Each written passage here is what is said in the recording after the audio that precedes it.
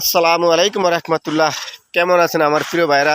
দেখেন আমাদের এই রাস্তাটা হচ্ছে যে 1 নং রাজাপুর, 9 নং ওয়ার্ড এবং 8 নং ওয়ার্ডের মাঝামাঝি। এই রাস্তাটা বিগত আওয়ামী লীগ সরকার 7 বছর থাকাকালীন আমাদের এই রাস্তাটার কোনো কাজ হয় না।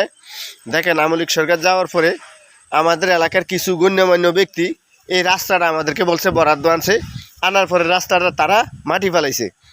তো মাটি ফেলাইছে, সমস্যা নেই। দেখেন এরকম পরিস্থিতি আমাদের এলাকার যত অনেক ফুলাফান আছে, মাদ্রাসা যায়, স্কুলে যায়, মসজিদে যায়, কিন্তু কোনো একটা লোক কোনো জায়গায় যাওয়ার কোনো সম্ভাবনা থাকে না।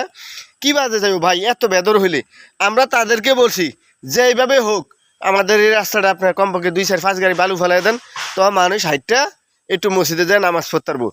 আমার এই ভিডিওটা আপনারা একটু কষ্ট করে দয়া করে আপনাদের কাছে অনুরোধ, আপনাদের দুইটা হাতে পায়ে ধরি, আপনার ভিডিওটা শেয়ার করবেন যে এই কামটা যেই জায়গা থেকে বরাদ্দ হয়েছে ওই জায়গায় যে আমার ভিডিওটা পৌঁছে।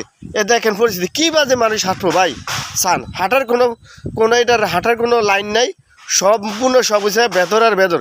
এই দেখেন কী বাজে, এই দেখছেন পুরা রাস্তাটা এখন আপনার আজ 3-4 দিন পর্যন্ত খরা, তারপরেও দেখেন রাস্তার কোনো বেদরের অভাব নেই।